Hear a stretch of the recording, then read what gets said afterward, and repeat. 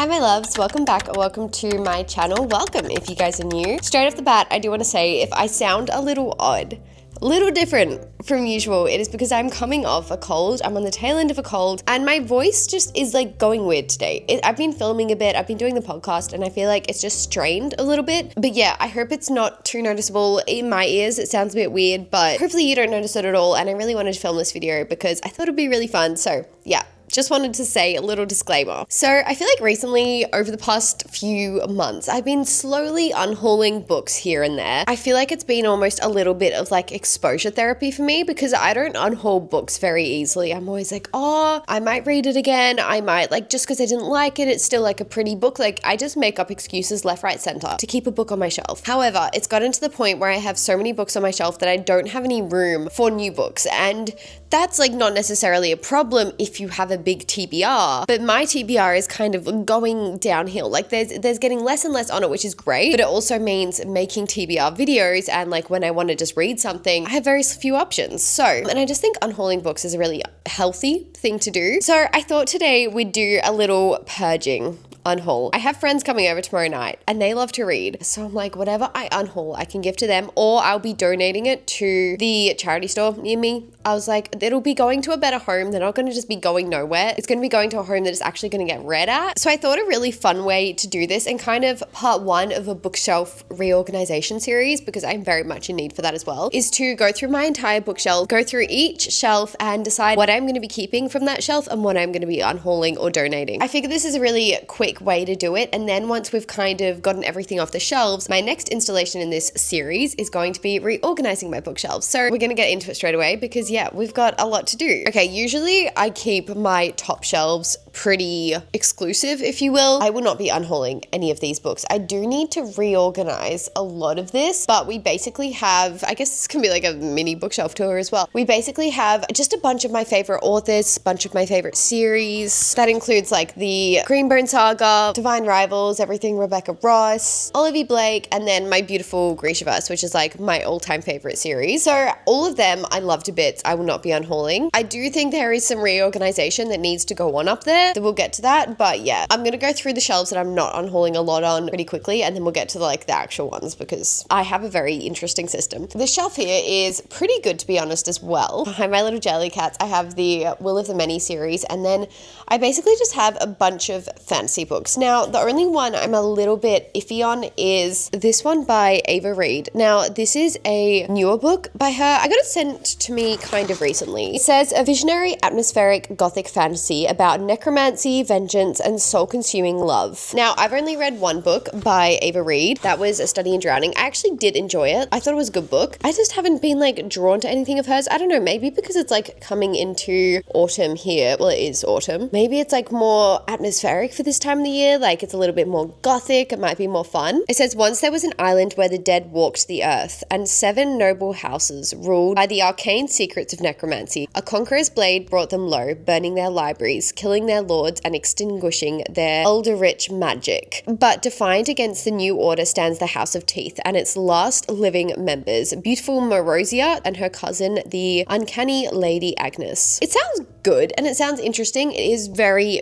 gothic, obviously, dealing with necromancy and everything. I just haven't been drawn to it. I'm going to keep it for now, but please let me know if you've read it and if it's worth reading. I definitely need to put this in a different spot. So I'll put it here for now, but I do need to kind of put that together with all my Ava Reid books. These are just my high fantasy books that I love and cherish. My beautiful Tolkien. Yes, I have multiple copies of Lord of the Rings, but it's like my favorite series. So that's okay, right? This top shelf is my romance shelf. It is my Magnolia Parks series / Jessa Hastings. And then we have my Abby Jimenez and Emily Henry. So kind of all my favorite books. The only one I haven't read up here is Good Material by Dolly Alderton. I haven't seen a lot about this. I probably should get to it really soon, to be honest, just to decide whether I want to keep it or not. But it is a chick flick kind of book by Dolly Alderton. I've read a non-fiction by her, but I've never read a fiction before. And it says every relationship has one beginning. This one has two endings. Andy loves Jen, Jen loved Andy, and he can't work out why she stopped. And now he is without a home, waiting for his stand-up career to take off, wondering why everyone else around him seems to have grown up while he wasn't looking. Set adrift on the sea of heartbreak at a time when everything he thought he knew about women and flat sharing and his friendships has transformed beyond recognition, Andy clings to the idea of solving the puzzle of their broken relationship. Interesting because it's like a guy protagonist. I don't really read guy protagonist romance books. Again, let me know if you've read this one, but we're going to keep it for now because I've just never been drawn to it, you know? It's just been sitting on my shelf for a long time. We're going to pretty much bypass this shelf because there's nothing on there that I'm unhauling. These are my Boys of Tommen and Ali Hazelwood and Taylor Jenkins Reid. Keeping all of them. Whilst I am definitely keeping my Mirror Visitor series and my kind of Stephanie Garber situation, there are a few over here that I'm kind of leaning towards unhauling. I was going to say, where's the second book to Palace? And then I realized, put it down here. No, this isn't the second book. This is the third book. So I have the first book of Palace, which is actually signed by Lauren Roberts. I did meet her. She's the sweetest person ever. But the trilogy as a whole didn't really stand out to me. My favorite book was actually the novella Powerful. It just felt very similar to other things I've read. It didn't kind of stick with me. I did like the characters, but as I said, my favorites were in Powerful. And when I went to the release of Fearless, we also got a copy of Fearless, but that means I have Powerless, I don't have any of the other books, and then I have the third book. So I'm thinking that it might be time to unhaul this one. I'm just never reaching for it. Obviously, it's really random to just have a few books throughout the series, not have the entire series. If I had the entire series, probably would keep it, but I don't think there's a need for me to have the third book randomly in this series. This one isn't signed or anything by her either. I'll probably donate this one, and hopefully somebody else is up to the third book in the Powerless trilogy, and they can have it and enjoy it. In this stack, we also have Our Infinite Fates, which is an art copy. I didn't love that book, but I think we're going to keep it. It was still good. Rose Bargain, Emily Wilde's. Then we have The Scarlet Veil. This one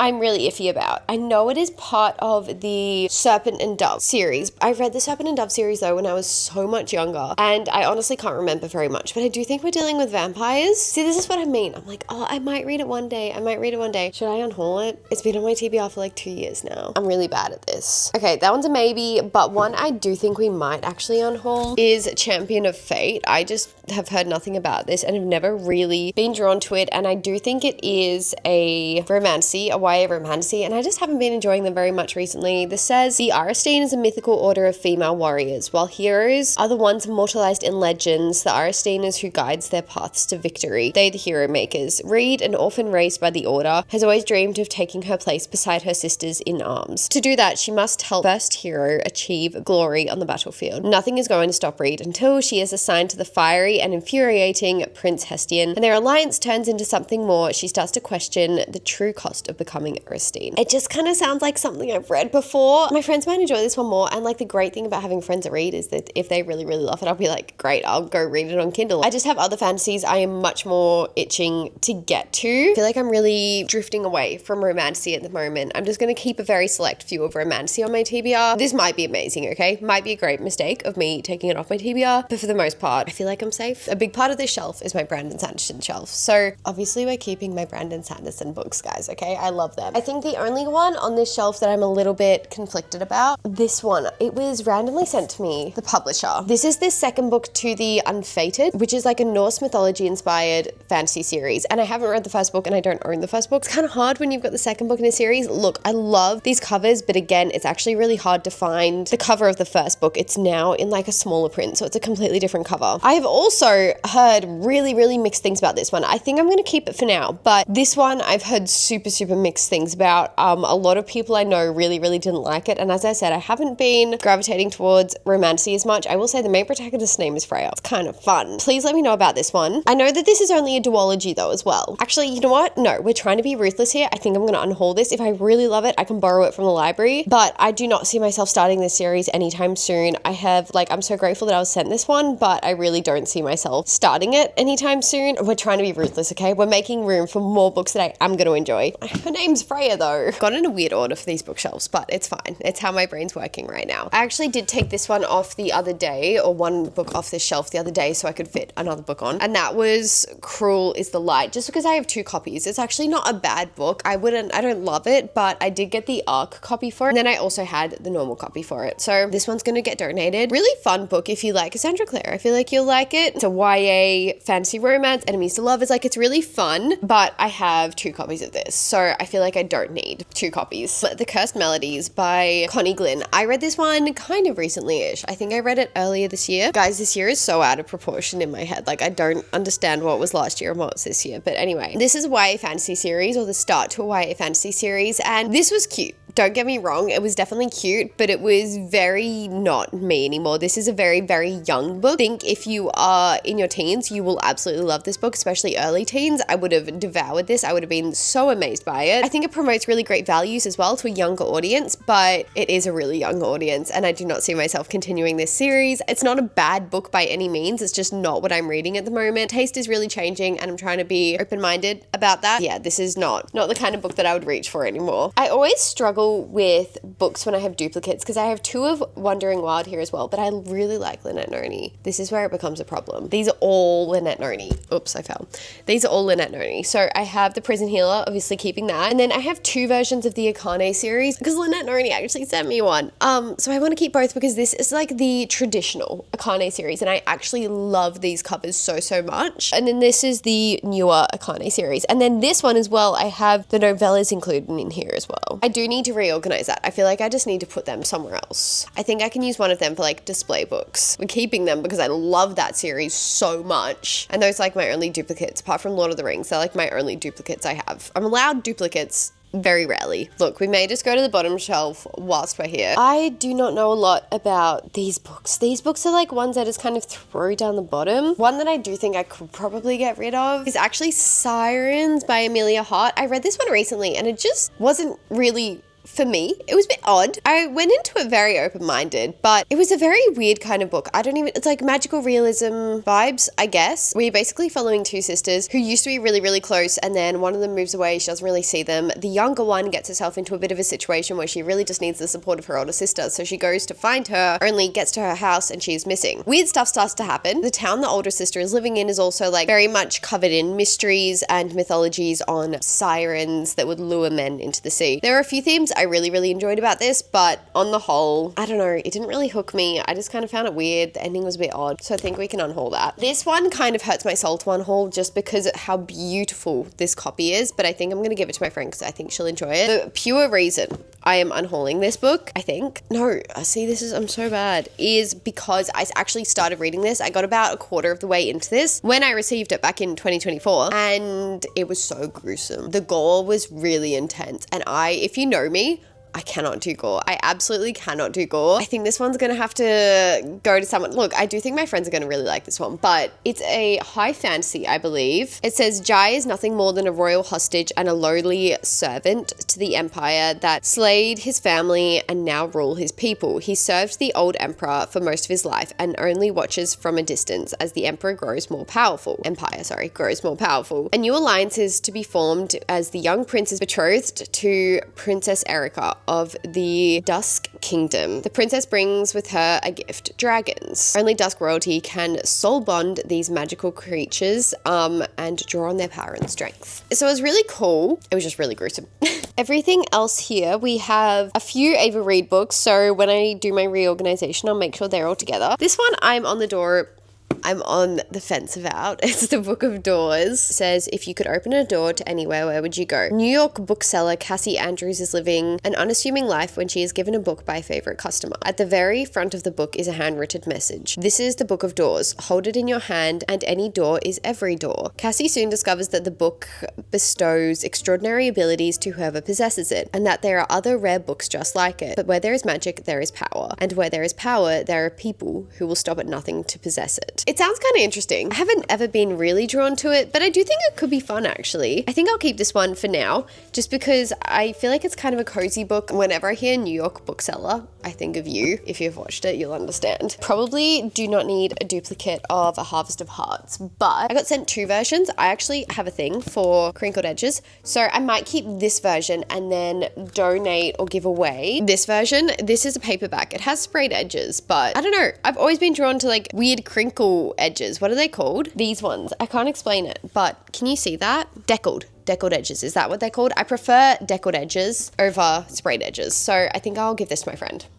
So that's another one gone. Here is where there is a few that I think I will unhaul. I think I'm going to unhaul this entire series. This is the Rogue King, what's it called? Inferno Rising series by Abigail Owen. Obviously, Abigail Owen wrote The Games Gods Play, which I did really enjoy. I haven't even read the second one yet though. Again, I'm just not in my romantic era at the moment, but I read the first book in this series and it really just wasn't thing for me. We have a lot of like different mythical creatures going on. We've got, from memory, like shapeshifters, so dragon, wolves, everything like that. I cannot hold all this. That's better. It was very much a dark fantasy romance, as in the romance was quite dark, and you guys probably know me, I don't love that. I just have not been reaching for this series. It's been sitting on my shelf for over a year now and there is nothing in me that has really wanted to continue it. So many other series I need to. So I feel like this is one that I'm going to put on the DNF pile for like a great find for someone, but I haven't been reaching towards it. I don't think I will in the near future at all. I need to continue the Games Gods Play before I continue that one. Okay, I think that's everything from the bottom shelf over here. We'll move over here now. I don't think I will unhaul anything on this shelf. These are a lot of my favorites. I do have 2 copies of the Book of Azrael. I could get rid of one, but then I'd have like uneven when I do continue the series. So for now, I'll keep that. This shelf is a crazy mess at the moment and I do really need to organize it better. But one series I've been thinking about getting rid of, and I don't even hate it. Again, kind of on the fence. I keep a lot of my romance series. I think out of all of them here, this is probably the one I'm reaching towards to unhaul the most. That's the Icebreaker series. What's this series called? I don't even know. But it's Icebreaker, Wildfire, and Daydream. I actually don't even hate these books. I know so many people really, really don't like this series. I don't mind them. I think it's fine. I just never reached for them. I never recommend them. I'm never holding them up in videos talking about them. So I feel like there's not a whole point in me keeping them. I think it's a really fun series that you can enjoy for the first time. Yeah, they're smutty, but compared to some books, they're really not that bad. I think it's more the fact that they have like very cartoon, innocent type covers, and then you read them and you're like, wow, not so innocent. If you like hockey romances, sport romances, bit of everything in there, to be honest, summer camps, I think they're worth it. But yeah, I think I've had my time enjoying them. One that I'm not sure about, I think we'll keep for now, is Beg, Borrow, Steal. I got this not knowing that it was the second book technically to When in Rome, which I've heard really good things about. Is it, or is it Practice Makes Perfect? It's like an interconnected standalone, and I didn't know. Oh, it's the third book. When in Rome, Practice Makes Perfect, and then Beg, Borrow, Steal. I actually do think I want to read these eventually. I've heard really good things, like that they're just fun little romances. So I think I'll keep it for when I do finally reach it. I'll put it over here for now though. Okay, I feel like we're getting through this. I do want to keep the Defender and the Striker. I think for now I'll keep Love Redesigned and Love Unwritten. Got so many random things on my bookshelf as well. These are hacky sacks from Project Hail Mary. I think I'll keep them. I actually do like those sports romance series. I definitely want to keep Summerland, The Favorites, Blue Sisters. Random few fantasies there because I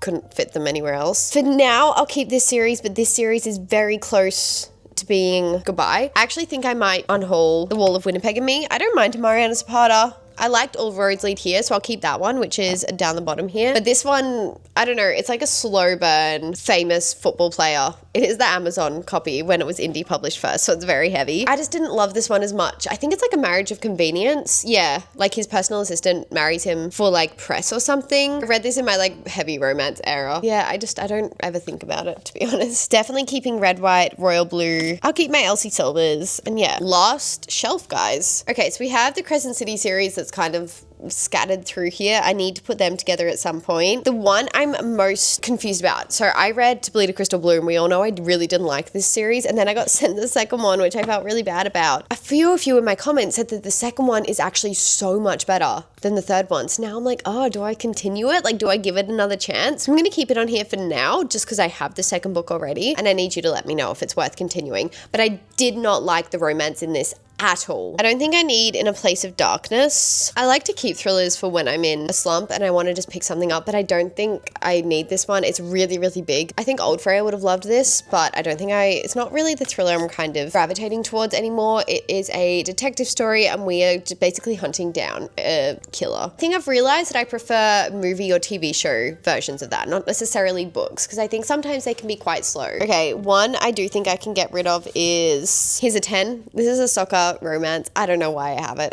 I know this is not the kind of romance I'm gravitating towards anymore. And then we've just got a few other thrillers, some Agatha Christie, Holly Jackson, everything like that. I think I'll keep all them. So that's everything I think that we're going to be unhauling. Okay, I feel like that's pretty good. We have a decent stack. Like we've got all of that and then these ones over here. This is going to be like, yeah, part one. We will get to tackling my bookshelf and actually reorganize it and get some order back into it because it's a little bit all over the place at the moment. So I think that's going to wrap up today's video. But yeah, thank you so much for watching. I hope you enjoyed. If you've watched till the end, thank you so much. I love you guys so much, and I will see you in my next video.